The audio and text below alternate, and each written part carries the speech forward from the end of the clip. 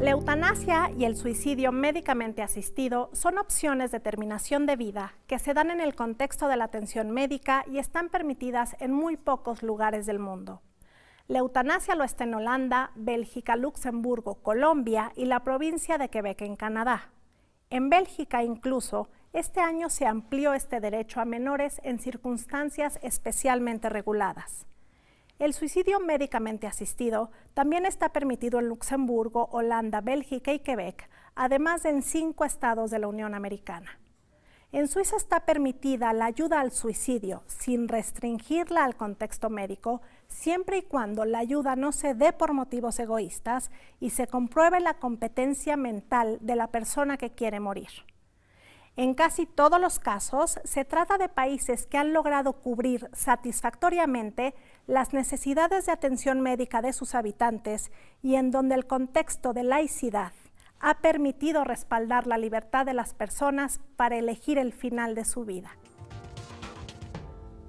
Bienvenidos nuevamente a República Laica. Estamos en una muy interesante conversación con nuestras invitadas Ana Ávila y Asunción Álvarez acerca de los temas de la vida y la muerte. Y apenas entramos en la primera complejización y obviamente ya tocamos también los temas relativos a la legislación, que es los que finalmente atañen a la República Laica, es decir, cómo regulamos todo esto. Y nos enteramos que hay 2 estados de la República que sí permiten la subrogación de vientres bajo ciertas condiciones, ¿no? Sí, son el estado de Tabasco y el estado de Sinaloa. Permiten la gestación subrogada. En el estado de Tabasco se especifica qué es la mujer gestante, cuál es la mujer contratante y cuál es la mujer que aporta el material genético.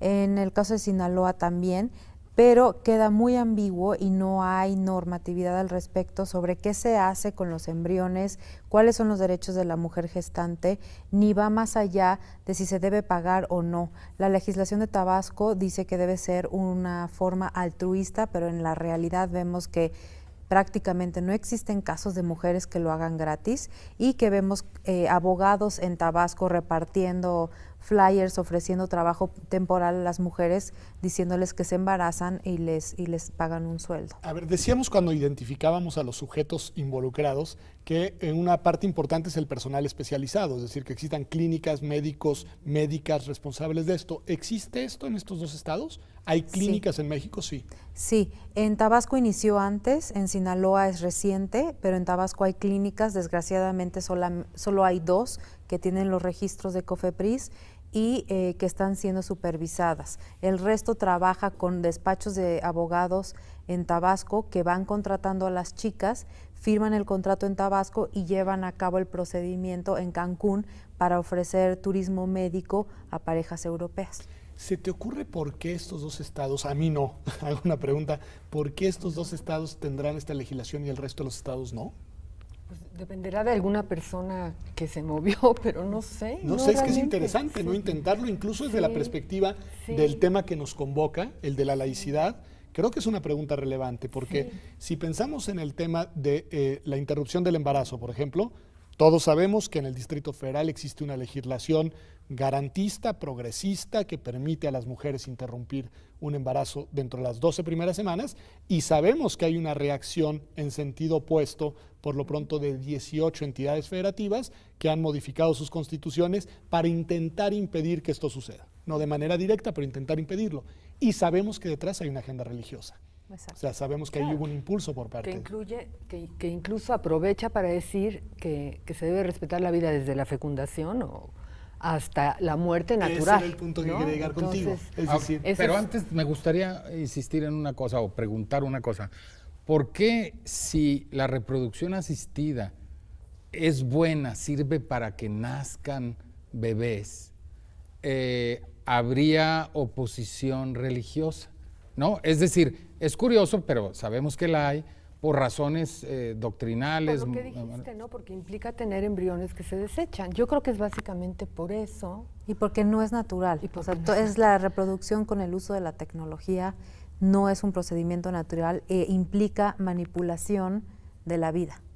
O sea, 2 personas estériles estarían condenadas a no tener hijos aunque hubiera los medios... Hijos biológicos. Hijos biológicos. Porque Aunque así- hubiera los medios científicos que permitieran el asunto. Esa sería un Exacto. poco la formulación, digamos. Sí. Lo cual quiere decir, nada más, déjenme abonar en favor de la República Laica, que en una República Laica, idealmente, las parejas estériles tienen más oportunidades de procrear hijos, de tenerlos, que si aquí estuviera impuesta una ley religiosa que lo impidiera a rajatabla en cualquier lugar, ¿no?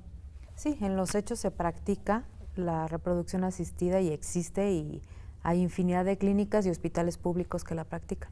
Pero ¿cuál es el problema de que no esté regulado, no? Bueno, que puede hacerse un mal uso, por ejemplo, no se queda establecido cuáles son las protecciones para la mujer. Hay países, por ejemplo, Australia, que solo permite que se haga una transferencia de un embrión. En México, una mujer que recurre a estas técnicas le pueden transferir 5 o 6 embriones y no hay ni siquiera un control para proteger su salud de cuánto debería de ser lo justo. O sea, pasa un poco para como con el protegerla. aborto, ¿no? De que muchas religiones prefieren que no esté regulado o que esté prohibido, aunque se sabe que existe, porque moralmente está prohibido, pero hay mucha hipocresía porque se sabe que en la práctica están sucediendo cosas, ¿no?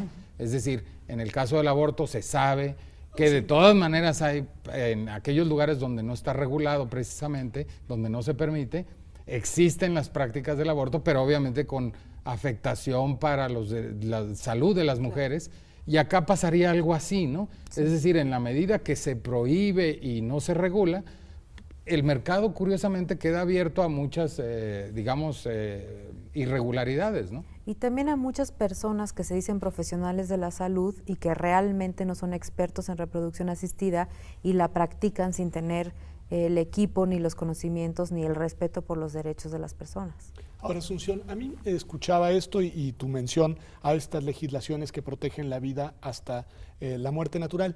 Y hay una cuestión que me hace, digamos, que no me cuadra, porque puedo entender que acá los dilemas son dilemas que involucran a más actores y que incluso involucran preguntas éticas relevantes sobre cuál es el estatus de un embrión, qué hay que hacer con él, para qué lo tenemos, cuánto tiempo, etcétera. Pero en el caso de la muerte natural, ya lo decíamos al inicio, pero me gustaría que nos detuviéramos ahí, es una decisión individual de una persona adulta. Que desde luego afecta a otros, ¿no? Pero, y que desde luego involucra a otros, es la ayuda de otro, ¿no? Que generalmente donde se ha permitido son médicos. Es lo más adecuado que sean médicos. Pero déjame preguntar una cosa antes. ¿Qué es la muerte? Porque tengo entendido por mis amigos científicos, alguna vez me han dicho, es que ya nuestra idea de la muerte es distinta. Antes, un paro cardiorrespiratorio significaba la muerte, pero ahora no. Ahora puedes seguir con instrumentos, Soporte vital con soporte que te mantiene con vida, pero en realidad entonces nuestra definición de muerte cambió, ¿no? Digamos que hay más criterios. Antes había solo el que tú mencionabas, cuando dejaba de funcionar el corazón y la respiración, y no podía vivir, el cuerpo no podía seguir viviendo, pero ahora con todo lo que se puede hacer para sustituir esos órganos vitales, se puede mantener a alguien con vida. Entonces, el nuevo criterio que se necesita es si ya todo el cerebro está destruido y está muerto, es otro criterio de muerte, porque realmente el cuerpo está viviendo gracias a todo el soporte, pero en el momento que se retira... Pueden tener el corazón y los pulmones trabajando, sí, pero el cerebro ya murió y entonces es cuando y tan es un criterio de muerte que se permite entonces extraer órganos para donación, porque esa persona ya está muerta. Entonces hay nuevos criterios de muerte, el de siempre y este otro, ¿no? Ahora, sí, eso hace hay más complejidades, pero ahí estamos hablando de dos escenarios en las decisiones sobre el final de la vida. El que tú preguntas cuando la persona está ahí para decidir. Cuando no puede. Y cuando no puede, que es todo otro dilema, ¿no? Claro. Uno podría decir, debería ser mucho más fácil cuando la persona sí puede, aunque eso incluya decir, ayúdeme a morir, Así es. porque ya no quiero vivir En así. toda conciencia, No lo está ¿no? diciendo en cualquier momento, lo está diciendo en una situación en donde realmente hay elementos para decir, esta persona nunca se va a curar, esta persona cada día de vida va a ser más sufrimiento, entonces se justificaría decir, Bueno, en este caso no hay nada que quitar, que es lo que sí está permitido, no hay nada que lo está sosteniendo con vida que quitar, no hay un tratamiento que dejarle de dar para que se muera, que es lo que todo el mundo desearía. No es que lo desconectemos y ya solo se va a morir. No tiene nada, nada que quitarle. ¿Por qué no asumir que tenemos los medios para darle eso que pide él? Porque yo creo que aquí es muy importante. No sus familiares ni sus... En ese caso está permitido. No. Y una pregunta que no sé si tenga la respuesta, yo soy el abogado, creo, de la mesa y no la tengo, bueno, tú también eres abogada, es la siguiente: ¿por qué en un tema es posible que existan regulaciones diferenciadas?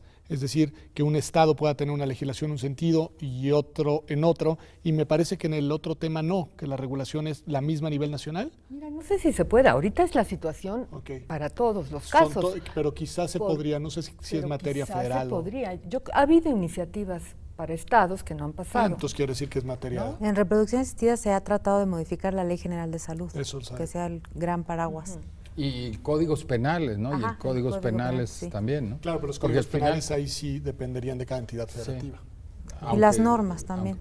Aunque había el intento de un código penal general, único, ¿no? Pero una de las razones precisamente por las cuales se optó por no avanzar en esa dirección es porque habían materias como esta que hubieras tenido que tomar una determinación que valiera para toda la República. Ahora, en una república laica, yo creo que se valdría tomar una determinación en donde hubiera las mayores libertades para todos, ¿no? Yo, digamos, mi postura... Ustedes estarían de acuerdo que no fuera cada estado, sino que fuera una sola legislación. Y que fuera lo más abierta y liberal posible, ¿no? Finalmente, a ver, la pregunta es esta. Pudiera ser incluso, lo voy a llevar a un extremo, que alguien quisiera morir ayudado y que no tiene que estar sufriendo ni estar muy enfermo, pero que quiere morir y quiere que lo ayuden. Y si lo hace en conciencia y es su derecho, digo, ¿habría alguna razón para no hacerlo? Yo creo que son razones prácticas, ¿eh? Es muy difícil asumir, ayudar a alguien a morir cuando tú dices, oye, pero ahora quiere morir, pero realmente está sano, está a la mitad de la vida, en cualquier momento le puede cambiar la perspectiva, a cuando dices, a este no le va a cambiar, ¿no? Entonces, aquí tenemos la experiencia de Suiza. Suiza es el único país que permite eso que tú dices. Y lo permite como por error, por casualidad, por un vacío que hubo, ¿no? Una ley que de los años 30 del siglo pasado que establece que comete, que un delito quien ayuda a suicidarse a alguien por motivos egoístas, porque le interesa. Porque le interesa. Punto. De ahí se toma que si lo hace por motivos altruistas, porque realmente el otro quiere morir y es competente, y lo hace por ayudarlo, no hay problema. Y con el amparo de esa ley hay clínicas que defienden el derecho de las personas a morir con dignidad y que dan esa ayuda hasta las últimas consecuencias, ¿no? Cosa que no se hace. Me parece estupendo ejemplo. Ahora vamos a escuchar una cápsula de un experto, así la llamamos aquí en República Laica. En este caso se llama de Juan Marco Bayone. Él es argentino y precisamente nos va a hablar de esta vinculación entre sexualidad, derechos sexuales y reproductivos y la vida. Vamos a ver qué nos dice Juan Marco Bayone y ya volvemos aquí al estudio en República Laica.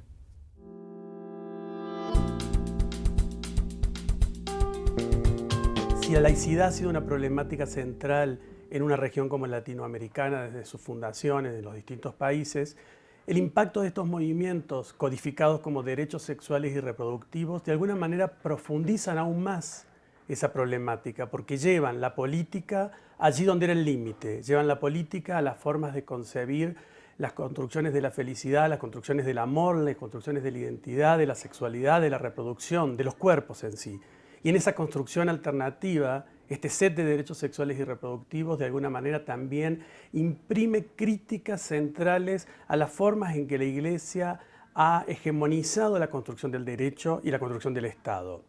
A la crítica habitual de una necesidad de separación entre Estado e Iglesia, a la demanda habitual de profundizar la laicidad desde nuestras regiones, ahora entra una nueva arena, entra la arena del cuerpo en el debate de la política. Y esa nueva arena vuelve a traer en crisis el poder de la Iglesia Católica sobre las formas de regular nuestros cuerpos. En mi mirada desde los derechos sexuales y reproductivos, En el momento en que la Iglesia, sobre todo pensando en algunos documentos del Vaticano y de las iglesias católicas de nuestros países, en los momentos en que la Iglesia empiezan a pedir al creyente que tenga un rol público activo en la integralidad que tiene que ver con los temas de sexualidad, es cuando se pone en crisis la hegemonía de la Iglesia sobre el Estado y sobre el derecho. Es en el momento en que estos movimientos son exitosos para criticar la forma hegemónica en que nuestros países construíamos nociones como las del matrimonio o reducíamos la complejidad del aborto, el momento en que la Iglesia vuelve a hablar de la integralidad y la necesidad de los creyentes en un rol público en lo que se llamó a mediados de los 90 la defensa de una cultura de la vida. Pues ahí tiene la opinión de Juan Marco Bayone. Vamos a un corte que ya regresamos aquí en República Laica con nuestras invitadas a seguir hablando de la vida y la muerte en la República Laica. Ya volvemos.